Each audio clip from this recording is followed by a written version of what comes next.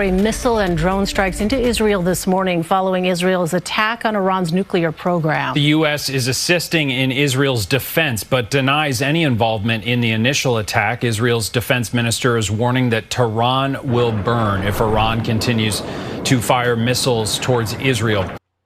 What are you saying there, Mr. Defense Minister? You're going to nuke Iran? I don't think you will.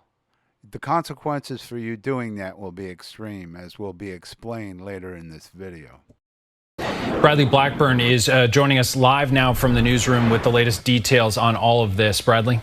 Doug, Elaine, this morning there are more reports of strikes in Iran and Israel. Iran, as you said, Doug, is warning it could take aim at U.S. military bases and ships if they try to stop Iran's missiles. And today, Israel's defense minister did have that declaration that if Iran's counterattack continues, quote, Tehran will burn. There they go again with their threat. Tehran will burn. Well, from the videos I see, both Iran and Israel are burning. Okay, watch this missile coming in real fast. It passes through all Israel, and there's another one.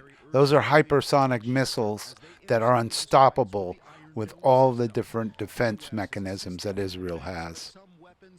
There's another one. You see how fast it went in? Unstoppable. And there are reports of some deaths. Dozens of sites have been targeted. At daybreak, first responders assess the damage. The intensifying conflict has the world worried about an all-out war. And if it happens, it will mean the destruction of both countries. And Israel will not come out of this unscathed, unlike many believe. It ignited Friday when Israel attacked Iran's nuclear sites. Iran claimed hundreds were injured and at least 78 people were killed, including some top officials. Israel's attack had been in the works for months. Israeli media reports Israel's intelligence service, the Mossad, built a drone base inside Iran for the assault. This video released by Mossad showing Israeli soldiers on Iranian soil. I do think what they're trying to do is to further illustrate how the Iranian regime has lost control of their country. Crowds gathered in Tehran Saturday chanting death to Israel and death to America. How brazen of Israel to admit planning this surprise attack for months before and thinking it's going to be prevalent in the war and prevail. Insisting Israel took unilateral action against Iran. President Trump does say he knew the attack was in the works, but he had publicly been appealing to Israel to hold off to let nuclear negotiations with Iran continue. The White House claims that talks scheduled for tomorrow are still on.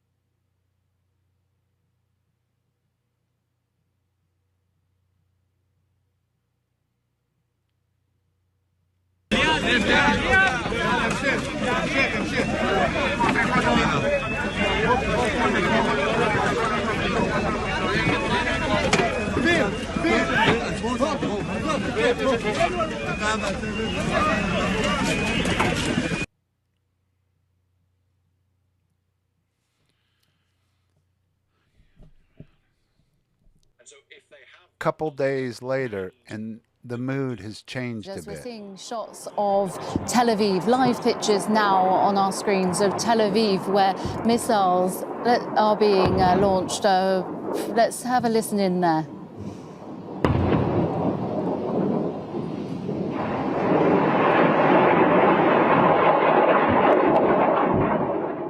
You see that fast one coming in? That's a hypersonic. Nothing stops it. These are pictures, live pictures of Tel Aviv, where we're seeing Israel's and there is an explosion. Missiles that have been launched into its airspace. So we're not seeing any of those hit the ground and make impact at the moment. But I've just been speaking with What are you Alex talking Batenka, about, lady? A hypersonic just hit with a very loud explosion. And we were discussing whether Iran wants peace. We don't know, we haven't had any confirmation into us where these rockets have been launched from, but Here's where they're being launched from. This is Iranian military video shot.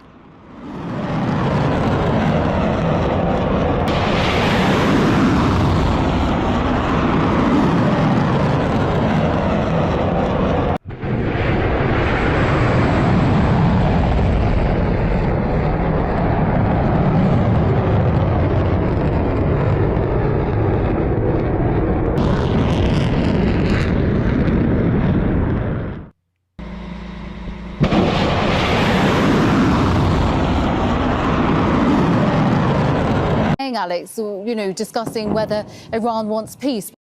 Don't you think the real question is whether Israel wants peace, given that they started the whole thing?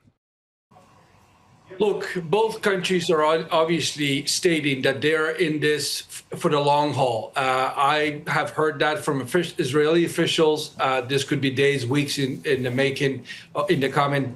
And the Iranians are saying they're prepared for this war for decades. I mean, you can ask all sorts of questions, whether this is just rhetoric on both sides. The fact is neither Israel nor Iran has ever engaged in a conflict on this scale. I mean, the Iranians haven't fought anything like this ever. I mean, the last time they had a conventional war on a major scale was with Iraq, Saddam Hussein back in 1980 to 88, a very different war. That's true. It was a very different war. But in that war, which I think lasted 8 years, over 300,000 Iranian soldiers and civilians lost their lives. The question you have to ask is Israel willing to put that up? Nothing as intense as this. And Israelis have never dealt with a country the size of Iran. They've dealt with the likes of Hezbollah, Hamas. Obviously, in recent years, we have to go back to the 70s last time Israel had to deal with a neighboring state in a war. So I have questions about how long Israel and Iran can, from a military point of view, stay the course with the intensity of hitting each other as we've seen it the last 3 nights. That's a question mark for me. That's a question mark for all of us. But I believe Iran and its people have shown the determination to go through a long, protracted war already. As I watch this, but I really do also think, at least from the Iranian point of view, I sense that they do want to sort of end this. Diplomacy should resume.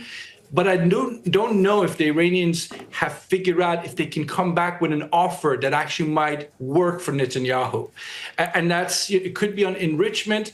But I suspect what Netanyahu really is asking for, if he accepts that the regime survives in Tehran, he wants a very different Iranian regional policy, one that stops supporting, what the Israelis call Iranian proxies that go after Israel. So all the talk is like Israel is in total control of determining what offer will be accepted. But you know what? Why don't we look at what offer Iran would accept? How about Israel stop the Gaza blockade and stop starving people? How about ending all the settlements that are illegal, that even the UN has acknowledged as illegal? I'm not sure if the officials in Tehran have made up their mind if they're ready to go there to make a regional compromise beyond the nuclear issue. But if they are willing to do that, that might just be what it takes for Trump to be able to pull the Israelis away from attacking Iran. And Alex, we're now seeing live shots of Haifa in Israel. So elsewhere in Israel, where missiles have also been launched from Iran. So another wave of missiles towards Haifa this time. So multiple areas of Israel. We believe that this is energy infrastructure that has been targeted in this. That's called tit for tat. So, Israel earlier Alex, attempted to destroy the natural gas fields, which are one of the largest in the world in Iran. Israel saying initially that they were planning on continuing this for 2 weeks. Do you think that's a likely time frame that these tit-for-tat attacks will continue? Yeah, if we're limiting ourselves to 2 weeks, if you will, I suspect both sides will obviously survive. Plenty of innocent Iranians and Israelis will suffer or die as a result. But I don't think I mean, look, let me put it to you this way. I don't want to be cold about it, but if this conflict spills over to the region, and you're just talking about Haifa, I understand one of the targets in Haifa was the oil refinery. The Iranians decided after Israel struck the South Pars gas facilities in the Gulf region that they're going to return the favor by hitting energy infrastructure in Israel. And that's the sort of thing that might get us to a point where things go from nuclear and military sites and assassinations to any target, essentially, including energy and economic assets being a fair game.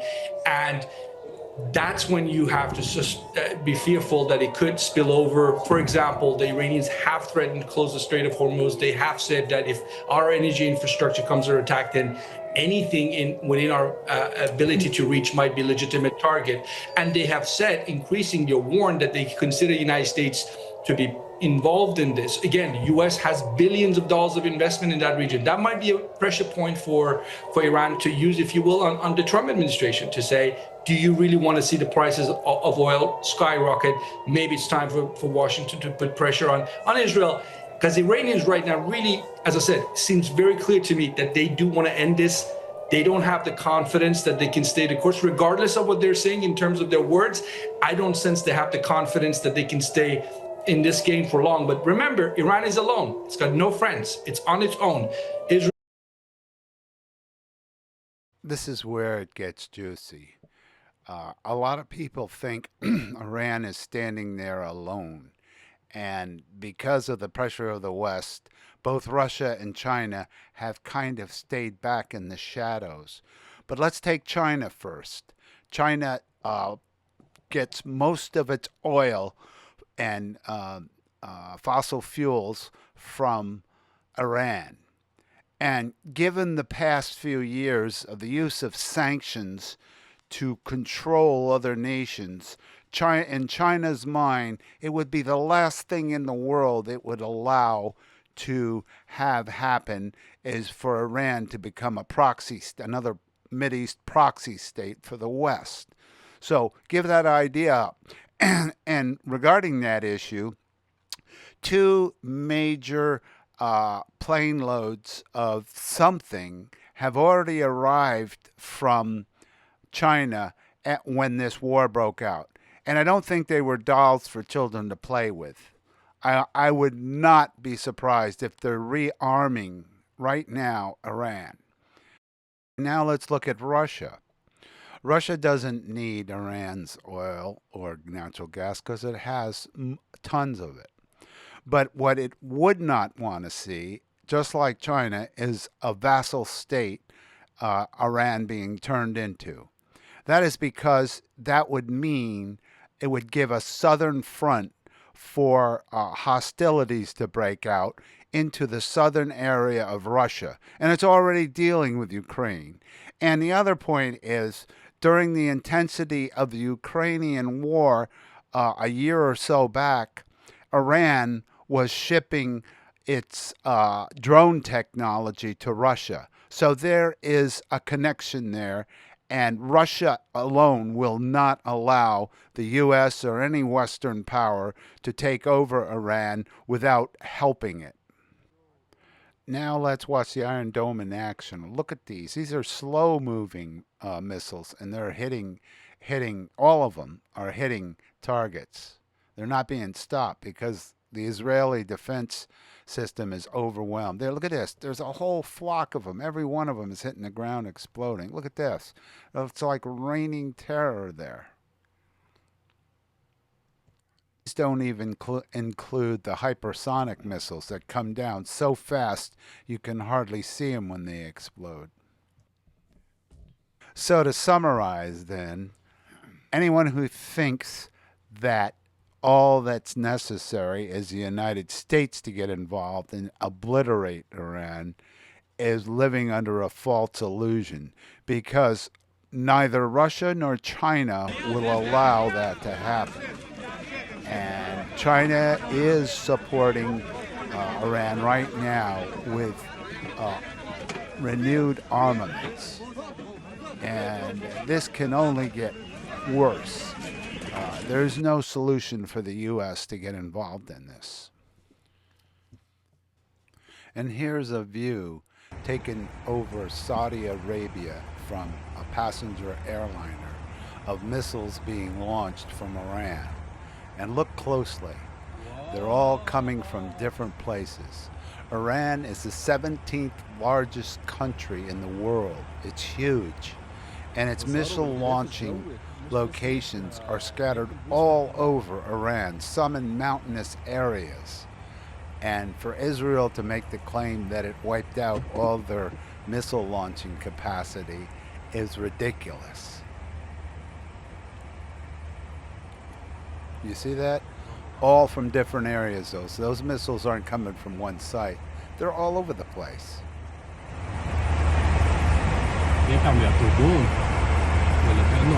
لا لا عم يطلعوا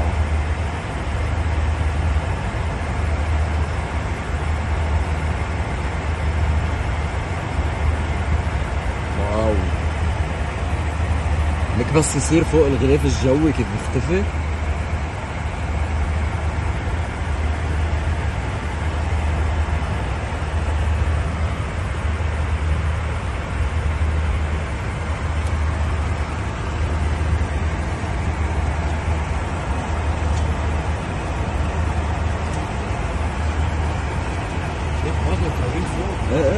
طايرين فوق ليك وين